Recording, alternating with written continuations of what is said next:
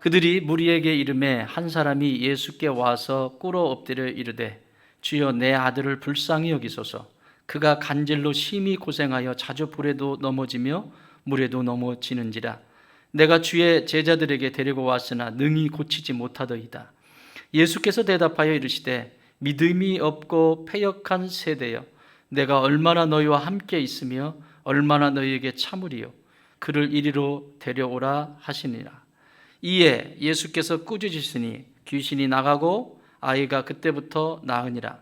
이때에 제자들이 조용히 예수께 나와 이르되 우리는 어찌하여 쫓아내지 못하였나이까.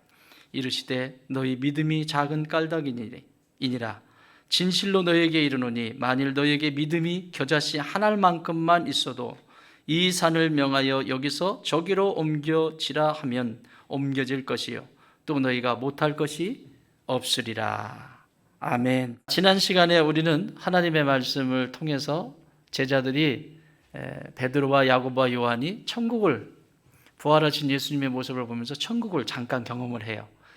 그 천국을 경험을 하고 나니까 집 짓자고 그러죠. 거기에다 집 짓고 여기가 천국이니까 여기서 살겠다는 거죠. 그런데 그걸 허락하시지 않으셨어요. 오늘 본문은 천국과는 정반대의 대비적으로, 컨트라스트, 대비적으로 보여주는데, 천국을 경험했던 제자들, 그리고 그곳에서 내려왔을 때 전혀 천국과 상관이 없는 피 튀기는 전쟁터와 같은 이 상황을 바로 붙여서 마태는 설명하고 있습니다. 여러분, 이런 때 있죠? 이렇게 예배 드리고 나면 찬양도 드리고 기도도 하고 또 말씀도 받고 이러면 성령 충만하시잖아요. 그래서 내가 엉켜있던 문제들이, 삶의 문제들이 뭔가 조율이 되어지고 정리가 되어지는데, 그래서 은혜 받고 집으로 갔어요. 집으로 갔는데 문을 딱 열었더니 이상한 분이 또 한 분 기다리는 거죠. 거기서 내 은혜를 갉아먹는 이것을 우리는 지금도 경험을 해요. 예배드리고 할 때는 너무너무 좋고 행복하고 은혜를 체험하는데, 그것을 떠나서는 또 다시 삶의 자리에서 전쟁터와 같은 이런 경험들을 하는데, 오늘 이 본문을 통해서 우리 안에도 움직이는 이런 것들이 다시 한번 정리되어지고 천국을 누리시는 축복의 주인공들이 되시길 주님의 이름으로 축원합니다. 자, 우리 몸이 문제가 생기면 의사들에게 몸을 보여주면 뭐라고 하죠? 의사들이 진단을 할 때 이렇게 물어보죠. 배가 아파서 가요? 병원에? 그럼 뭐라고 하죠? 뭐 드셨어요? 먼저 물어보죠. 뭐 드신 게 있습니까? 뭐 특별하게 안 드시는 음식을 뭐 드셨거나 뭐 어쩌는 이런 걸 물어보고, 또 생활 습관도 물어보고, 특히 한의원에 가면 한의사 선생님께서 꼭 묻죠. 지금 현재 내 체질이 지금 아파서 간 거잖아요. 몸이 병들어서 갔어요. 병들어서 가면 평소에 드시는 음식을 적어보세요. 곡물 뭐 있는데 그 중에서 내가 잘 먹는 곡물, 생선 중에서도 가장 잘 먹는 생선, 그것만 잘 먹는 거.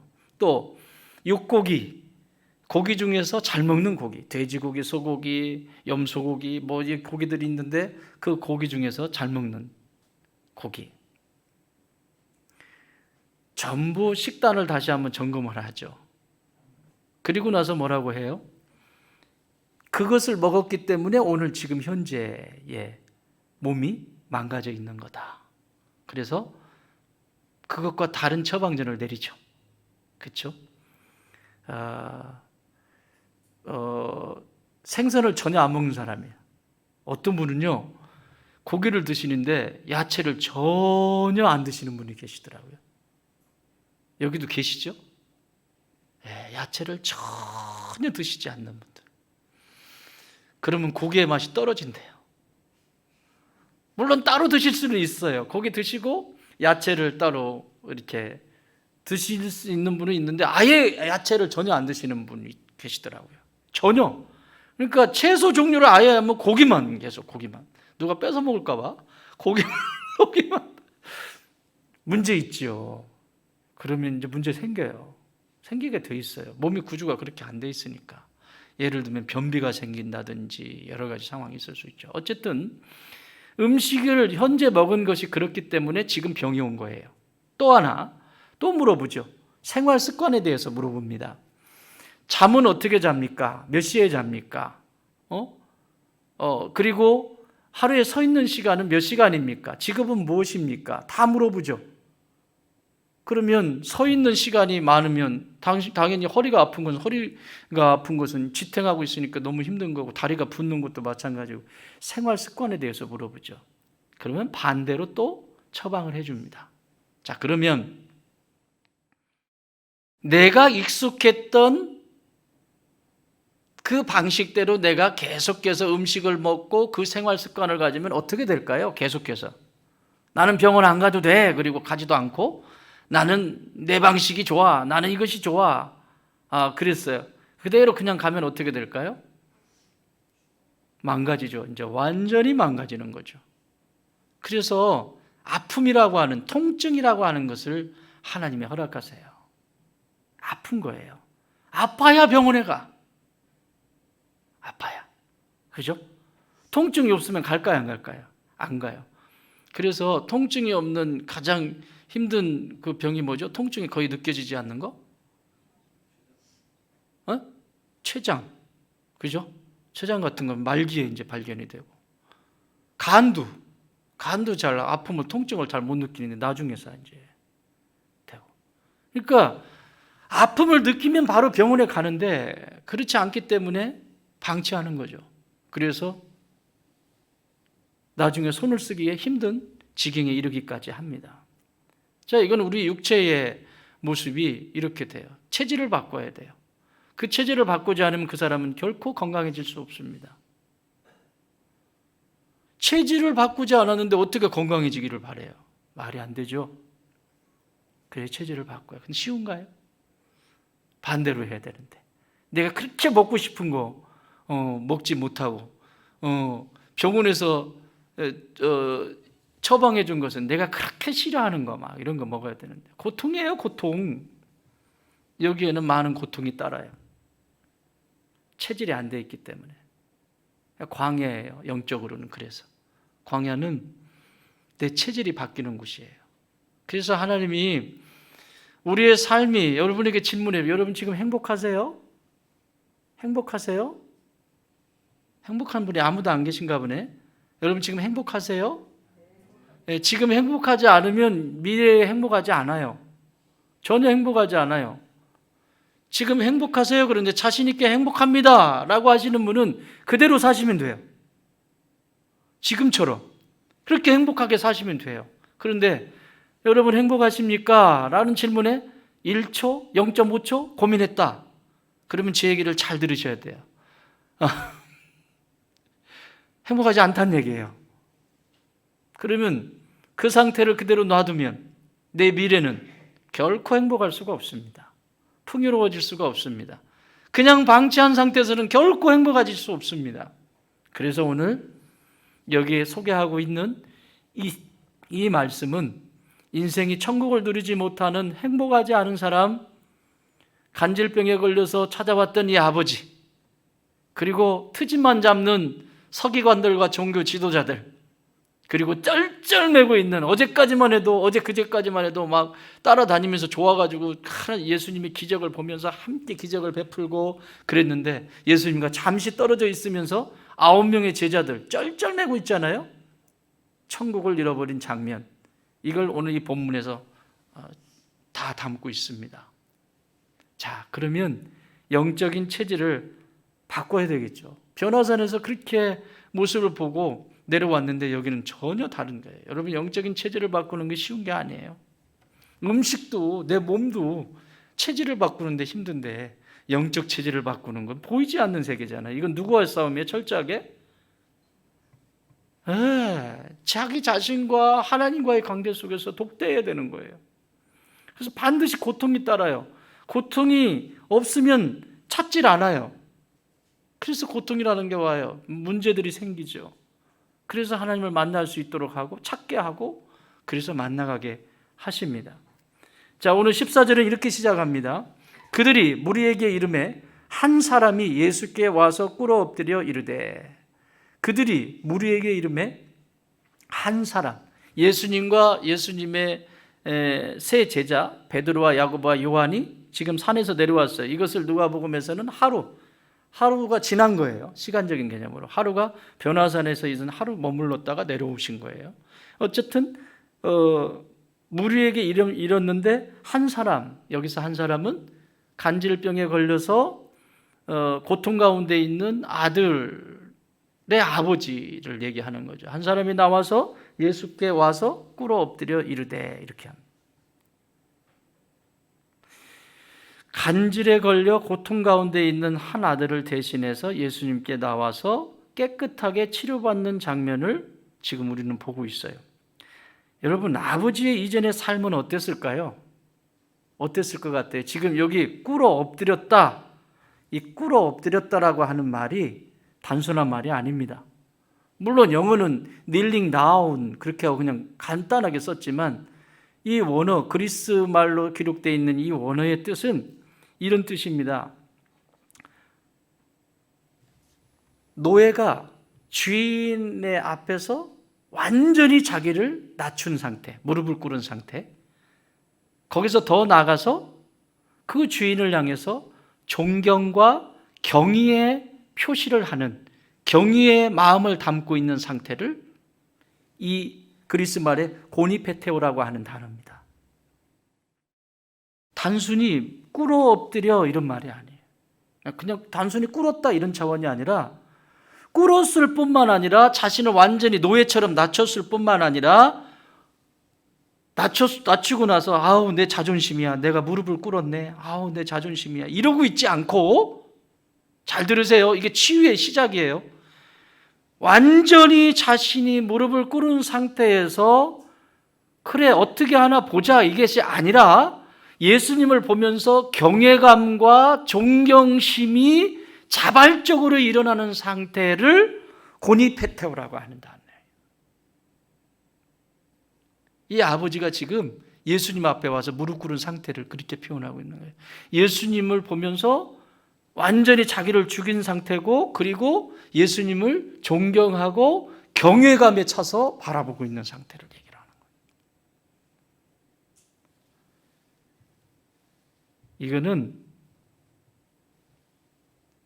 자기 자신을 다 버린 거예요. 나는 없어요. 왜 하나님의 기적의 역사가 일어나지 않는 줄 아십니까? 내가 너무 살아있어요.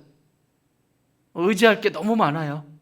절대적이지 않아요. 예수님이 너무 많거든요. 기적이 안 일어나요. 오늘날 왜 기적이 자꾸 없어질까요? 사라질까요? 너무 과학이 발달되고 너무 세상에 의지할 것이 너무 많기 때문에 기적이 일어나지 않아요. 그러나 오늘에도 기적이 일어나는 사람은 누구냐?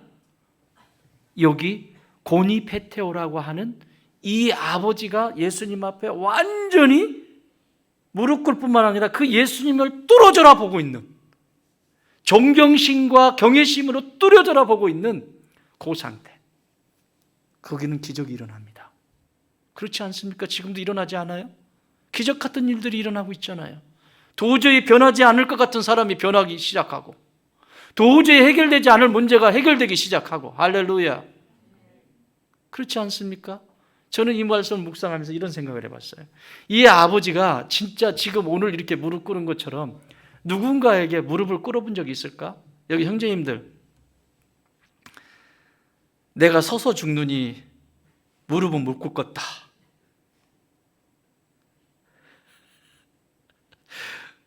무릎 꿇어본 사람, 여러분 자녀들에게 무릎 꿇어봤어요?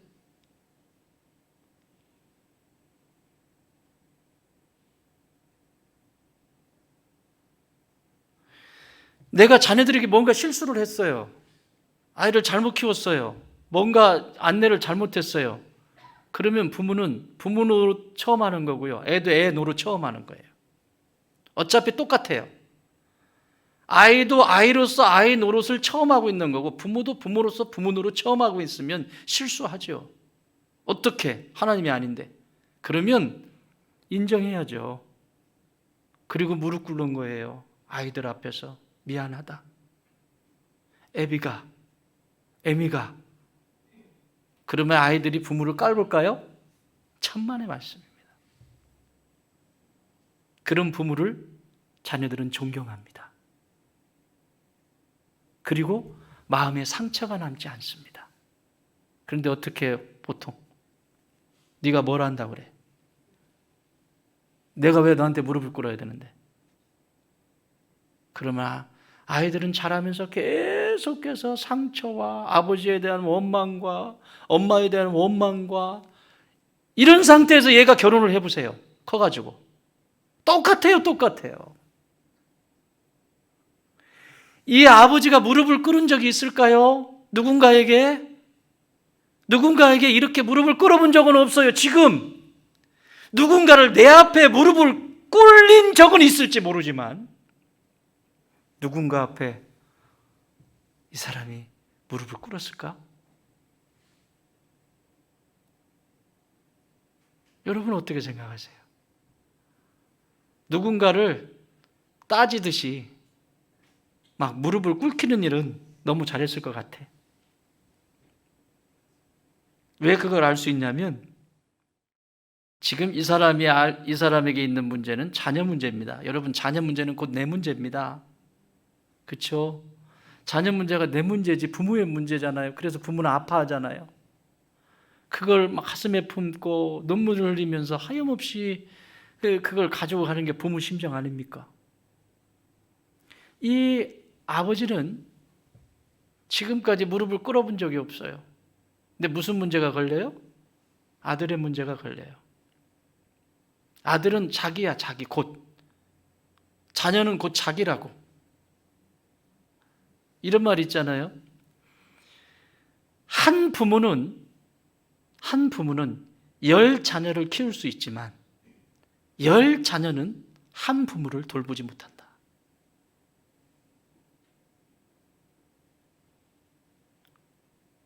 그죠? 새끼들 낳아놔야 10자녀는 한 부모 공양하고 모시는데 쩔쩔맨다고 쩔쩔매. 그런데 부모님은 내 새끼가 10명이든 100명이든 그걸 가슴에 품고 늘 아파하고 챙기고 그게 부모 아닙니까? 저희 집에도 최근에 큰아이가 지난번에는 오른팔을 이렇게 넘어져가지고 화장실에 넘어져 오른팔이 똑 부러져가지고 수술을 했는데 이번에는 또 왼 다리를 어디 시험 다 공부하고 마치고 합격 다 해놓고 여행 간다고 오랜만에 작정하고 여수로 여행을 갔는데 친구랑 놀다가 너무 신이 나가지고 와 신난다 그러다가 푹 자빠졌는데 다리가 부러졌어요.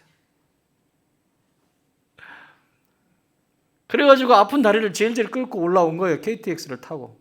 제가 지난주에 예배 끝나고 오후에 이제 저기 아산에 가서 KTX 거기서 서가지고 갈아타지를 못하니까 한번 거기를 가서 데리고 왔는데 수술 안 할까 했는데 수술을 했어요.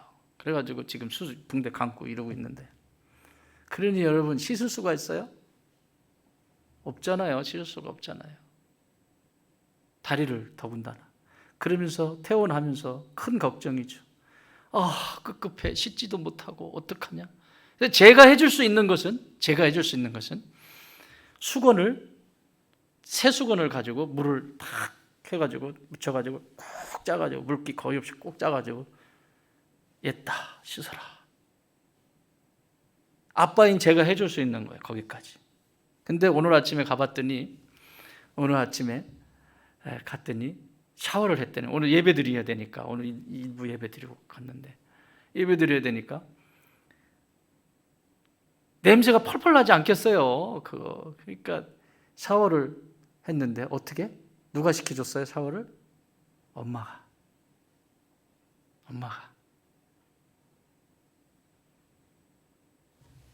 다리를 비닐을 봉지로 싸고 랩으로 감고 물 안 들어가게 감고 해가지고 머리끝부터 발끝까지 전부 깨끗하게 땀을 뻘뻘 흘리면서 엄마가 한 거예요. 제가 그때 깨달은 게 있어요. 아빠가 해줄 수 있는 것은 수건 갖다 주는. 제가 동성이면 제가 샤워 시켰겠죠. 이성이잖아요. 아이가 크잖아요. 아빠가 어떻게 아이를 목욕을 시키겠어요? 못 시키지. 어린애도 아니고. 반대로 생각해 보세요. 아들이라면 엄마가 그렇게 할 수 있을까? 그것도 쉬운 일이 아니죠. 그렇죠? 그러면서 다시 깨닫는 거예요. 다시 깨닫게 하시는 거예요. 이야, 이건 임상이 아직 안 됐어요. 제가 언젠가는 임상이 되면 논문을 쓸게. 걱정하지 마. 조금만 기다리세요. 아직 이건 뭔가 그냥 제가 그냥 가설이에요. 가설. 자녀들이 태어나면 어떤 집안은 딸만 쭉 나는 집안이 있고요. 어떤 집안은 아들만 쫙 나는 집안이 있어요. 아들만 쫙 내리 쫙 나는 사람은 하나님이 누구 훈련시키시겠다는 거야? 영적으로 잘 보세요. 누구 엄마 훈련시키려고 하는 거예요? 아빠 훈련시키려고 그러는 거예요. 아빠들 대답해봐. 누구 시키려고 그러는 거예요? 인정하면 빨리 끝나. 애들이 이걸 인정하잖아요. 그러면 애들이 잘 자라요. 쭉쭉쭉쭉쭉 잘 자라요. 제가 지금까지 30년 가까이 목회하면서 왜 가정에 왜 이렇게 애들하고 이렇게 관계가 막 자꾸 이러지? 부부 관계는 왜 이러지? 이걸 유심히 관찰한 거예요. 아직 논문은 안 나왔지만. 가설이야, 가설.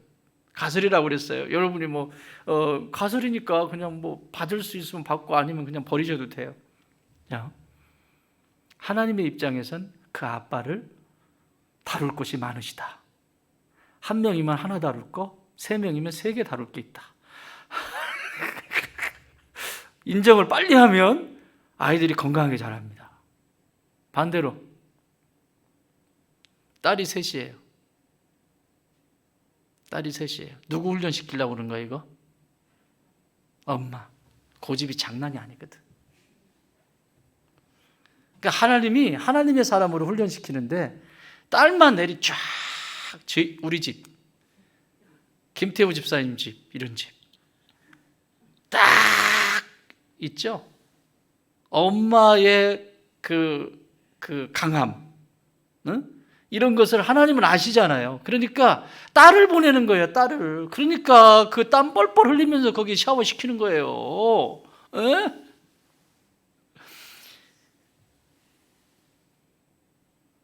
훈련시키는. 또 이런 경우 있죠. 먼저 태어난 아이가 딸이야. 그럼 먼저 하나님은 누구 훈련시키시려고 그래? 엄마 먼저 훈련시키는 거예요.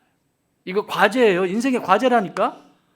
영적인 과제예요. 이 과제를 넘어서야 문제를 풀어야 그 다음에 해결이 돼. 그런데 바락바락 뭔가 문제가 생기고 막 이러면 안 돼. 그 다음에 아들을 주셨어. 그 다음에 아빠 이제 남편. 또 반대로 먼저 아들을 먼저 주셨어. 먼저 누구를 다루시겠다 하나님은? 아빠를 다루시겠다. 딸을 주셨다. 엄마. 그 다음에 엄마 다루는 거예요. 자, 우리 한 집사님은 아들이 먼저 태어났죠? 누구를 먼저 다룰까? 그렇지. 역시 저렇게 인정을 빨리 하면 빨리 더 좋아져. 엄청나게 좋아져. 그런데 안 돼. 아닌데. 그건 목사님 생각이죠. 몰라. 나는 30년 목회해보니까 그런 것 같아요. 진짜. 아직 가설이니까. 논문은 아직 안 나왔으니까. 하나님은 이 집은 그래요. 그래 남편 잘 맞습니다. 아니 여러분 생각해보세요. 진짜 이게요. 하나님이 우리에게 이런 자녀 문제, 이런 육신의 질병 문제, 재정 문제, 이런 문제들을 주시는 이유는 하나님 지금 부르시고 계시는 거예요. 얼마나 세면 그 정도는 해야 꿈쩍을 해. 뭔가 움직여. 흔들바위라니까. 흔들리기는 하는데 안 자빠져. 그러니까 그 정도는 해야 움직이니까. 제일 큰 문제가 그 문제 아닙니까? 자녀 문제. 그 다음에 몸의 문제, 몸 건강 상태, 질병 문제, 그 다음에 재정 문제. 이 세 가지는요, 인생들이 가장 중요하게 생각하는 것들이에요. 근데 요 정도는 건드려야 꿈틀꿈틀 그래도 이렇게 좀 나와요. 오늘 이 아버지에게 이걸 건드리는 거예요. 그러니 한 번도 무릎을 꿇지 않았던 사람이 지금 자기를 버리고 예수님께 나온 거죠. 그리고 예수님을 쳐다보면서 경외심까지 갖잖아요. 이거를 경험했던 사도 바울은 이렇게 외칩니다. 갈라디아서 2장 20절에서 내가 그리스도와 함께 십자가에 못 박혔나니 그런즉 이제는 내가 사는 것이 아니요 오직 내 안에 그리스도께서 사시는 것이라. 이제 내가 육체 가운데 사는 것은, 이 세상의 육체 가운데 사는 것은 나를 사랑하사 나를 위하여 자기 자신을 버리신 하나님의 아들을 믿는 믿음 안에서 사는 것이라. 할렐루야. 나를 위해서 버리셨다면 나도 버려야죠. 왜 이 회복이 늦어지냐면 버리질 않아요. 여전히 내 습관이, 이전에 가지고 있는 그 잘못된 습관이 내 몸에 배어 있는데 그걸 습관을 바꾸려고 하질 않아요. 영적인 습관을 바꾸려고 하지 않아요. 그래서 시간이 자꾸 길어지는 거예요. 그런데 주님은 부르시는 거예요. 자녀 문제 해결. 자녀 문제가 있는데 그 문제를, 제일 큰 게 자녀예요. 일본 이게 순위가 있다니까. 자녀 건드려요. 자녀를 이렇게 하나님이 톡톡톡 하면 그때 완전히 엎드리면 지금 이 아버지처럼 이러면 거기서 끝나요. 두 번째, 그런데도 안 움직여. 그러면 시간이 좀 지나죠. 한참 지난 다음에 내 몸이 내 건강을 잃어버려요. 두 번째는 거예요. 이것도 안 된다. 그럼 다 걷어가 버려요. 맨 마지막이 재정입니다. 그거 조금 의지했던 거, 그것까지 다 걷어가 버려요. 왜? 하나님의 관심은 다른 데 있는 것이 아니라 내 영혼 천국 가는 데 관심이 있어요. 내 영혼이 천국에 들어가는 것에 관심이 있으세요. 하나님은 거기서 영혼이 살고 싶으신 거예요. 죄악된 세상 속에서 넘어지고 쓰러지지만 하나님의 궁극적인 목적은 영혼 구원이에요. 그 사람의 영혼을 구원하는 데 있어요. 여러분, 우리가 아무리 과학이 발달해서 내가 죽지 않는 세상 속에 들어왔다고 해보세요. 안 죽을까? 죽긴 죽지. 살려놔도 또 죽어. 나사로 보세요. 예수님이 살려내셨잖아요. 죽은 지 나흘이 돼서 썩은 냄새가 나는데 살려내셨잖아요. 영혼이 살았어요? 죽잖아요. 어차피 또 죽어요. 거기에 목적 있는 것이 아니에요. 하나님은 영혼 구원에 관심이 있으세요. 믿으십니까? 그래서 놓고 하시고 부르실 때 응답하는 것이 중요해요. 그러려면 먼저 이렇게 버리셔야 돼요. 오늘 내가 버려야 될 것이 무엇이 있을까? 오늘 여러분의 가정 안에 어떤 자녀의 문제를 가지고 있습니까? 이 아버지처럼 간절함이 있습니까? 이 아버지처럼. 결국 이 문제를 보고 그 간절함이 예수님을 만나게 되고 예수님께 치료받게 돼요. 깨끗하게 회복되게 돼요. 글쎄 그게 될까? 너무 많잖아요. 요즘은 너무 과학이 발달돼서 몸 의사한테 가면 되고, 심리적으로 문제 있으면 상담 전문가 심리학자 찾아가면 되고, 수없이 많은 이 세상에 의지할 게 많아요. 그런데 하나님의 관심은 내게 와라. 내가 너를 만나고 싶다. 이 지성소에서 내가 너와 단 둘이 만나고 싶다. 싸잡아서 말고 단 둘이 만나고 싶다. 계속 이걸 말씀하시는 것입니다. 나의 못된 삶의 습관을 버리지 않고는 이 땅에서 그 천국을 누릴 수가 없습니다. 또 15절에서 이렇게 말씀합니다. 함께 읽을까요? 시작.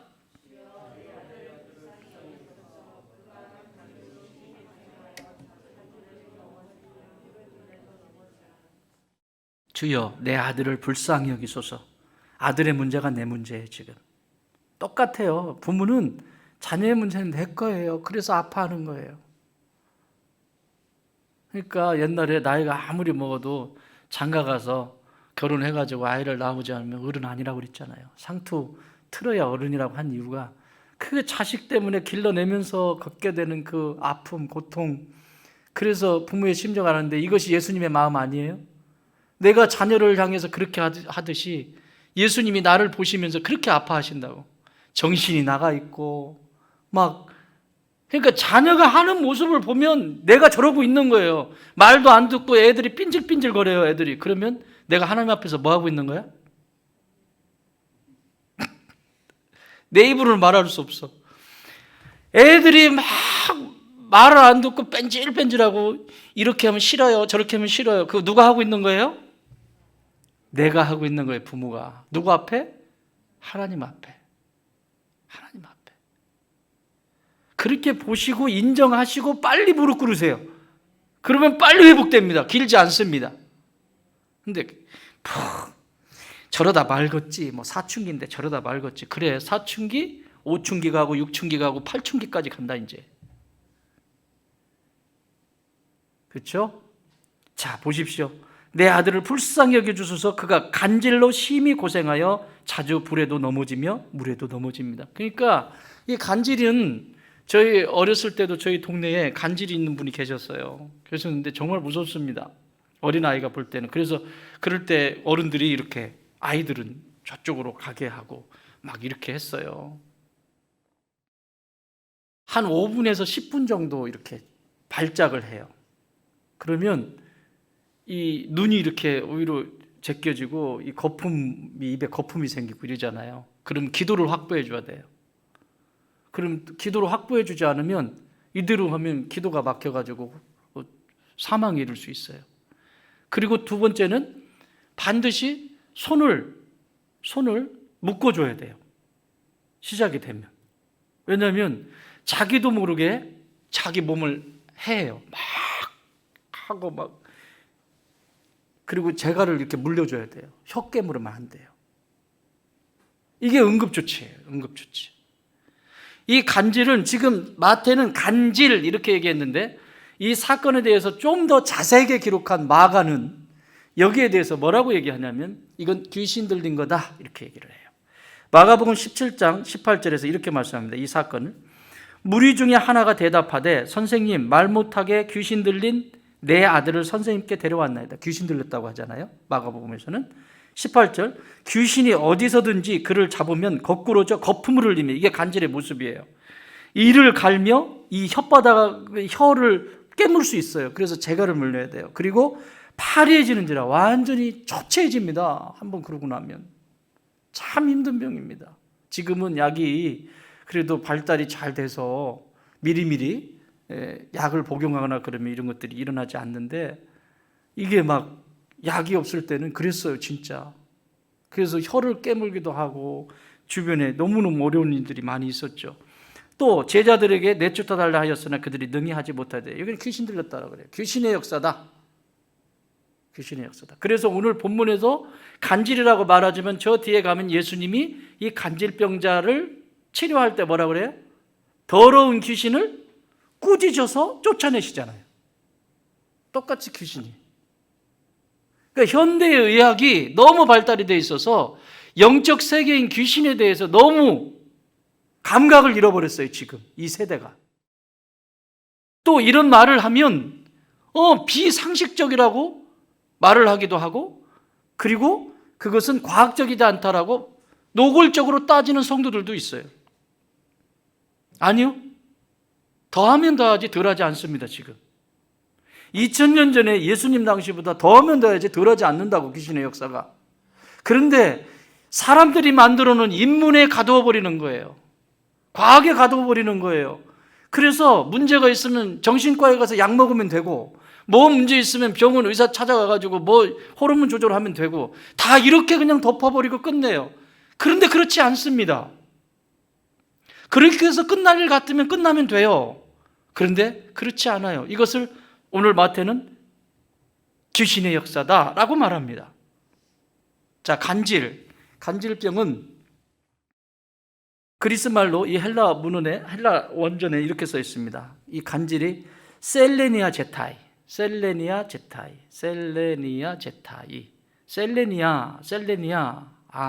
여성 명사죠. 셀레니아 제타이라고 하는 단어가 이 간질로 번역이 됐는데 셀레니아 제타이.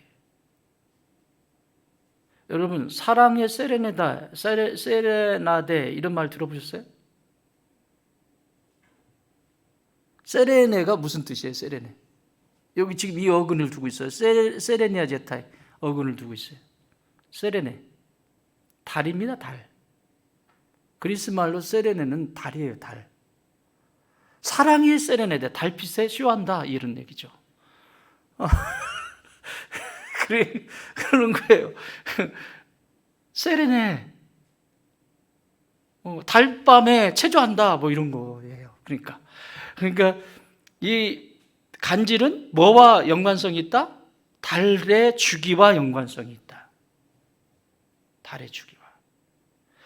그래서 의학이 발달이 되기 전 고대에는 이 간질은 달의 주기에 따라서 달의 주기가 변할 때마다 발작하는 미친 병 혹은 넘어지는 병 이렇게 정의를 내렸습니다. 특히 보름달이 뜨는 이 만월이 되는 거죠. 이렇게. 그래서 뭐 영화 같은 것도 보면 만월에 뭐 어쩌고 저쩌고 뭐 막 이런 하잖아. 이런 거 다 흉내내는 거야. 만월. 이 보름달이 막 만월이 됐을 때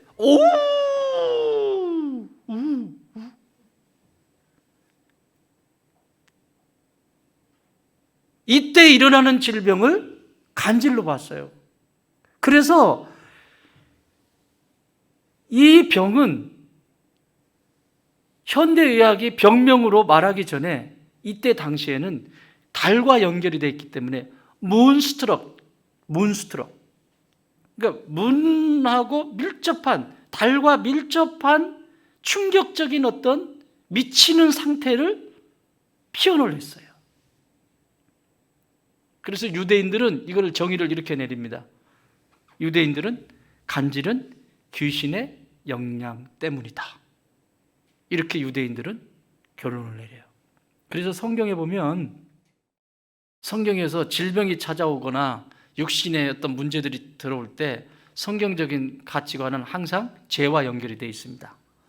죄의 영향권 아래 있는 것이고 그 죄의 결과로 나타나는 현상. 귀신의 역사죠. 여러분, 죄가 많은 곳에 귀신이 거기 있는 거죠. 사탄의 세력이 거기 있는 거죠. 그래서 이런 일들이 일어나는 거예요. 그러면 질문할게요. 이 간질병의 귀신의 역사를 끊어내려면 어떤 일이 있어야 될까요? 오늘 누구를 만나서 해결됐어요? 그 아버지가 완전히 자기가 다 사라지는 거예요. 나 여기서 죽어도 좋아요. 어떤 모멸감을 당해도 좋아요. 어떤 무시를 당해도 저는 상관없어요. 내 아들만 살릴 수 있다면 그 꿇어 엎드리는 그것이 이 아들을 살려냈어요. 할렐루야. 그러면 오늘 이 시대는 여기는 간질로 나와 있지만 영적인 간질병이 얼마나 많습니까? 간질의 특징은 어디서 쓰러질지 몰라요. 퍽 쓰러지는. 가다가 갑자기 쓰러지고. 그러니까 간질 환자가 있으면 집안에서 저희 동네에도 그분들은 얼굴이 기쁨이 없어. 웃는 얼굴을 못 봤어. 한 번도 정말 활짝, 왜 사람이 활짝 웃을 때 너무 좋잖아요. 그 모습을 보면서. 근데 이 집안은 엄마도 그렇고 아빠도 그렇고 활짝 웃는, 꽃처럼 이렇게 활짝 웃는 모습을 제 어린 기억에 보지를 못했어요. 집안 전체가 어떻겠어요? 아이고 이런 것처럼 초상집처럼 그러고 있는 거예요. 이거 귀신의 역사예요. 이거는 하나님이 우리에게 주시는 것은 이게 아니잖아요. 그렇죠? 하나님이 우리에게 주시는 것은 자유와 기쁨과 평강과 그 안에서 풍요로움을 누리시기를 원하셔서 예수님 십자가 지신 거 아닙니까? 이 저주를 다 끊어내시기 위해서 예수님 십자가를 지신 거 아닙니까? 근데 마귀는 끝까지 진액을 빨아먹어요. 아주 못됐죠. 끝까지. 한 번도 웃는 적이 없어. 왜 그런 줄 아냐? 언제 어디서 넘어질지 몰라요. 그러니까 얘가 어디서 늘 따라다니실 수가 없잖아요. 자기도 일이 있는데 신신당부하고 하는데 어디서 쓰러졌다고 그러지. 그러면 가보면 뭐 또 그렇죠. 얼마나 속상하냐. 이걸 이 아버지는 경험을 한 거예요. 그런데 마치 혈류의 근원이 마르지 않아서 명이라고 하는 존재를 다 찾아다녔잖아요. 요즘 말로 하면 의사도 찾아다니고 점집도 찾아가고 뭔가 용하다는 데는 다 찾아가고 쓸데없는 데 막 찾아다니죠. 수억씩 드리면서 막. 예수님 앞에 나오면 해결됩니다. 이 아버지처럼 꿇어 엎드려서 한편은 꿇어 엎드리고 내 중심 속에서는 그 예수님만이 해결할 수 있다라고 하는 존경심과 경외심, 그 두려움이 같이 있을 때 이 역사는 일어나기 시작하는 거예요. 원수 마귀는 더 이상 힘을 쓸 수가 없는 거예요. 그것이 우리에게 주신 힘이에요. 여러분, 12 제자들에게 능력을 주시죠. 12 제자를 부르실 때 예수님이 이런 능력을 줍니다. 마태복음, 우리가 전에 보셨던 마태복음 10장 1절에 보면 예수께서 그의 12 제자를 부르사 더러운 귀신을 쫓아내며 모든 병과 모든 악한 것을 고치는 권능을 주시니라. 더러운 귀신을 쫓아내며, 여러분, 귀신의 특징은 언제나 형용사가 붙어요. 앞에 더러운. 귀신은 항상 더러워요. 성경을 찾아보세요. 귀신이 나올 때마다 앞에 형용사가 딱 붙는데 더러운 귀신. 예수님이 귀신을 쫓아내는데 이 더러운 귀신아, 더러운 귀신아, 더러워.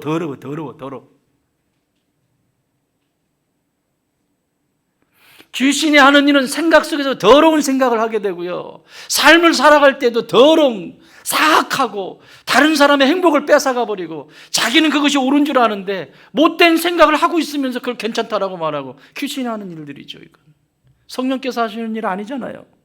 그렇잖아요. 사악하고 더러워요. 그런데 이런 더러운 귀신을 쫓아내는 권세를 제자들에게 주셨어요. 이미 이 악하고 더러운 귀신을 멸하는 권세를 가지고 세상 속에 나가서 제자들은 그 기적도 경험했어요. 본인들이 누가복음 10장에 보면 이 하늘에서 귀신이 우르르 떨어져, 자신들이 막 선포하고 그러는데 막 떨어지고 귀신이 떠나가고, 이걸 제자들이 경험을 했어요. 그런데 왜 오늘은 이런 일이 안 일어나죠? 왜 오늘 지금 이 9명의 제자, 예수님과 떨어져 있었던 9명의 제자는 왜 이런 기적이 안 일어나죠? 자신들이 경험했음에도 불구하고. 그건 조금 이따 볼게요. 자, 예수님을 모셔드리면 이런 역사들이 일어나요. 이걸 좀 쉽게 말씀드릴까요? 여러분의 인생이 자동차로 비유를 해봅시다. 자동차. 아주 비싼 자동차. 제일 비싼 자동차가 뭐예요? 우리는 세상에서 뭐지? 롤스로이드 뭐 8억부터 시작한다는데, 그거 롤스로이드 문안짝이 막 무슨 벽체만 하고 막 뭘로 뚫어도 안 뚫린다면서요? 어쨌든 나는 근처도 못 가봤어요. 롤스로이드라고 하는 자동차가 그렇게 비싸답니다. 8억부터 시작한대요. 여러분, 그래, 그렇게 좋은 자동차가 내 인생이라고 생각해 보세요. 그걸 또 확장해서 우리 가족이라고 생각해 보세요. 우리 가족. 그런데 그 핸들에 앉아있는, 운전을 하겠다고 딱 핸들로 가는 사람이 아버지인데, 아버지가 술에 쩔어 있어요. 알코올 중독자야. 마약. 그런데 자기가 굳이 운전을 하겠대요. 가족들을 또 억지로 태워요. 다 문 꽉 잠궜어. 그 자동차를 타고 있는 아이들과 아내와 가족들이 그 자동차를 타자마자 그런 아빠가 운전을 하면서 갈 때 막 노래 부르겠죠. 산, 토끼, 토끼야, 우리 끝말잇기 하자 하면서 막 끝말잇기도 하고 행복해하고 즐거워하고 막 이렇겠죠.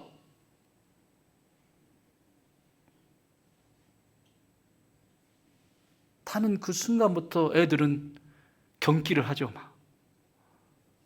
아내는 그만 멈추라고, 제발 그만 좀 하라고. 실체는 아빠고 남편일 수 있지만 그건 미친 운전수예요. 가족 전체를 망가뜨리는 미친 운전수예요. 오늘날 이런 일들이 얼마나 많이 일어난 줄 아십니까? 가정이라고 하는 운전대를 굳이 자기가 잡겠다고. 여러분, 그 운전대는 예수님께 맡기셔야 돼요. 믿습니까? 빨리 내려와서 옆에 납작 엎드려야 돼요. 그 운전대를 예수님께 빨리 맡기셔야 돼요. 내 인생의 운전대도 빨리 거기 예수님께 맡기고 나는 옆에서 이 아버지처럼 무릎 꿇고 이러고 계시면 와, 나는 이런 축복이 있기를 바랍니다. 이런 운전수는 빨리 잘라야 돼요. 근데 계속 월급 주고 있다니까. 요즘 보면요 웃겨요. 월급 꼬박꼬박 주면서 왜 안 나간대? 나 월급 아니 영양분을 거기 주면서 안 나간다고 하는 이유는 뭐예요 또? 영양분을 주면서 말라 죽게 만들든지 뭔가 거기에 관심도 갖지 말든지 뭔가 해야 되는데 계속 월급을 주면서 왜 안 끝난대? 왜 자꾸 운전한대? 이건 진짜 어떡하란 말이에요.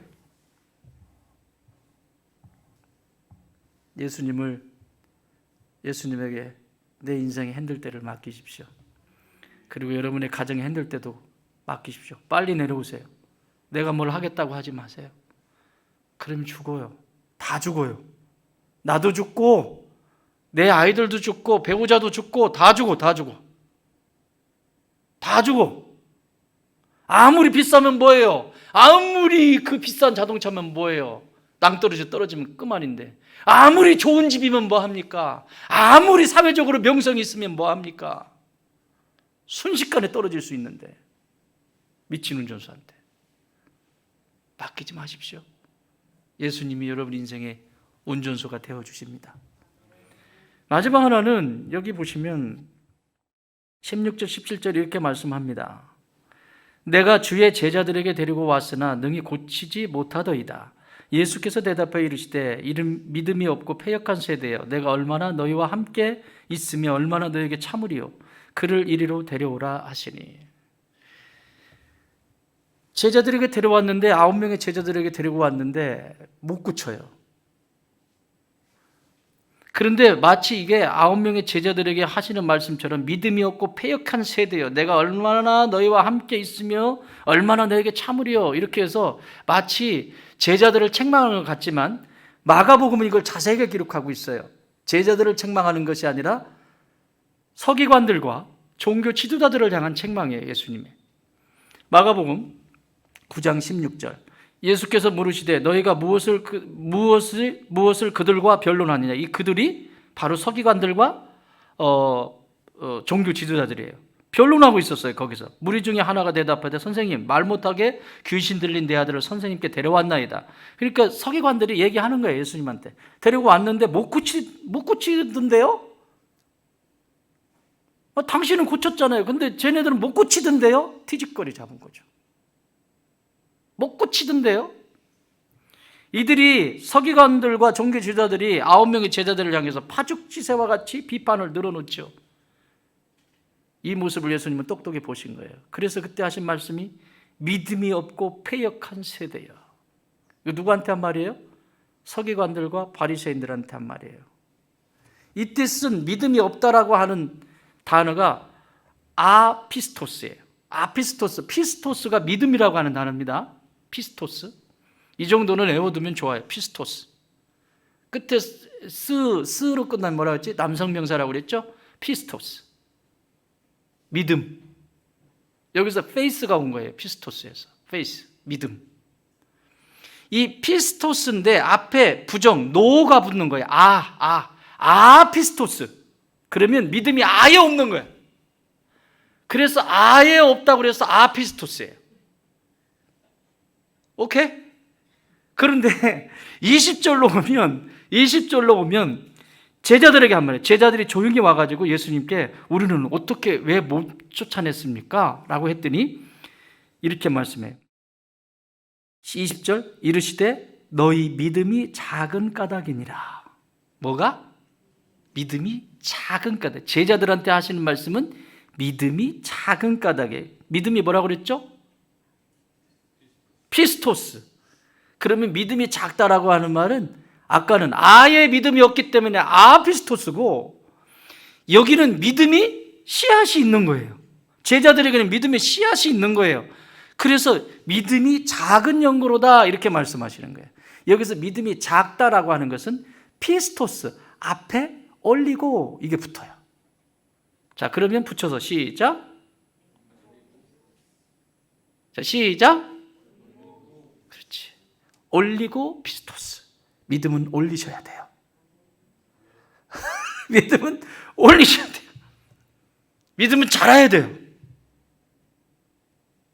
믿음이 작다는 것은 자랄 가능성을 지금 말씀하시는 거예요. 너희가 지금 이 귀신을 쫓아내지 못했던 것은 네 믿음이 작았기 때문이다. 올리고 피스토스. 그 믿음을 올려야 된다. 그래, 올리고 피스토스. 에워. 올리고 피스토스. 믿음이 아예 없어. 뭐라고요? 피스토스. 그 사이에 예수님은 한 가지의 메타포를 쓰는데 그게 뭐냐면 겨자씨와 산을 비유로 쓰세요. 그 뒤에 뭐라고 얘기하냐면 만일 너에게 믿음이 겨자씨 한 알만큼만 있어도, 지금 이 제자들에게 하는 얘기예요. 제자들에게 있는 믿음이 겨자씨만한 믿음이라는 거예요. 지금 올리고 피스토스, 믿음이 작은 연고다. 그런데 있어도 이 산을 명하여 여기서 저기로 옮겨지리라 하면 옮겨질 것이요 너희가 못할 것이 없으리라. 서기관과 종교 지도자에게는 아예 믿음이 없습니다. 아예 없습니다. 그런데 제자들, 이 9명의 제자들도 귀신을 쫓아내고 했었잖아요. 믿음이 없기 때문에, 믿음이 없다는 건 뭐죠? 이 사람들은 예수님과 살아봤어요? 못 살아봤어요?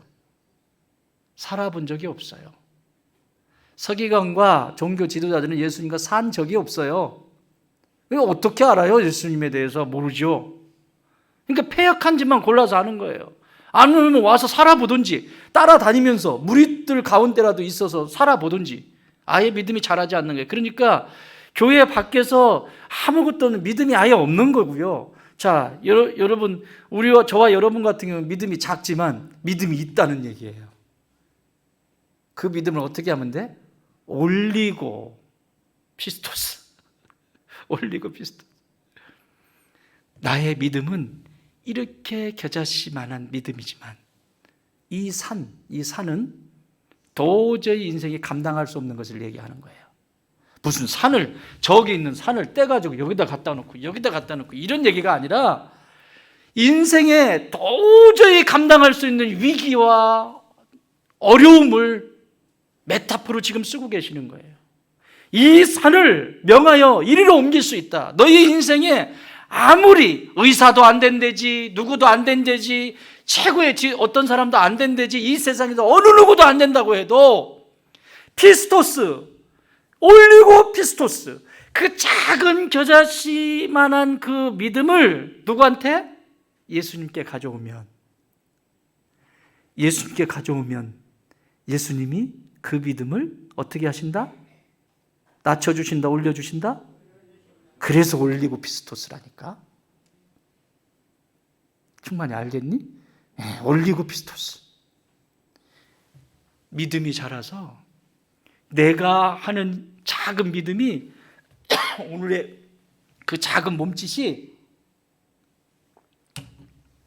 예수님이 개입하시면, 성령님이 개입하시면 내 인생의 큰 산도, 스룹바벨이 그러죠.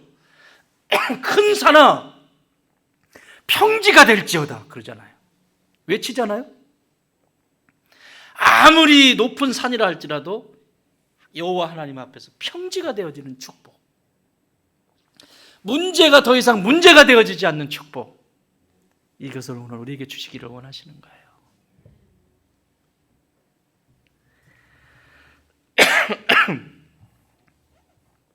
이것이 믿음입니다. 믿음이 아예 없는 사람, 믿음이 작은 제자. 제자들은 함께 살긴 했지만 지금 저 변화산에 예수님과 세 제자가 있는 동안 함께 있지 않았기 때문에 이 귀신을 쫓아내지 못했어요. 예수님과 함께 있을 때는 제자들은 귀신을 쫓아내고 그 능력이 나타났어요. 그런데 예수님과 함께 있지 않는 순간 그 능력이 나타나질 않아요. 사랑하는 여러분, 예수님의 능력이 있기를 원합니까? 예수님과 함께 하십시오. 함께 하는 시간, 함께 하고 싶은 마음, 그런 마음들이 여러분 안에 늘 충만케 되길 바라요. 그러면 역사는 계속해서 이루어지고 어떤 상태에서도 하나님과 함께 하시면서 능력을 행하실 것입니다. 그것이 믿음입니다. 한 가지만 얘기하고 마무리하겠습니다. 9명의 제자들이 예수님과 동떨어져 있잖아요. 함께 있지 않아요. 그러니까 이런 일이 일어나지 않아요. 인생은 그냥 놔두면 자기 마음대로 자기 하고 싶은 대로 그러고 살아요. 그래서 예수님과 함께 살려면 적어도 3가지는 꼭 기억하셔야 됩니다. 첫 번째, 따라해보세요. 예수님의 능력을 믿어라. 집에 가서 찾아보세요. 마태복음 14장 30절, 31절. 바람이 부는데 예수님께서 그 강한 손으로 붙잡으셔서 바다를 잠잠케 하시죠? 내 인생에 이 문제를 해결하실 분이 오직 예수님밖에 안 계시다라고 하는 거. 그래서 어떤 문제가 있든지 예수님은 강하시다. 이기게 하신다. 두 번째, 거룩한 습관을 가지십시오. 누가복음 8장 12절에 보면 길가밭에 대해서 얘기하죠. 말씀이 떨어져도 다 튕겨나가고 새들이 와서 먹어버리고 말씀이 자랄 틈이 없어요. 여러분, 거룩한 습관을 가지십시오. 말씀되어질 수 있도록 말씀을 가까이 하세요. 능력이 나타납니다. 세 번째, 마태복음 26장 41절. 시험에 들지 않게 깨어 기도하라. 깨어 기도하셔야 됩니다. 기도하는 거 소홀히 여기지 마십시오. 아는 것과 하는 것은 다릅니다. 해보십시오. 어떤 일이 일어나나. 이 악한 귀신, 간질에 걸린 이 아들의 간질은 사라지고 귀신은 떠나가고 이 가정에 움츠러들고 웃음도 없고 답답하게 우중충충한 이 가정에 이날 이후로 활짝 펴서 한번 해봐요. 여러분, 자 지금 이 상태에서 웃는 거야. 이렇게 활짝 피는 거야. 이렇게 눈이 커지면서 이러고 있었는데 지금 이 문제가 해결이 되면서 이 가정에 활짝 펴. 활짝. 할렐루야. 나는 여러분의 개인도, 여러분의 가정도, 여러분의 가문도 이 추석 명절에 활짝 피는 복된 추석이 되기를 주의 이름으로 축원합니다.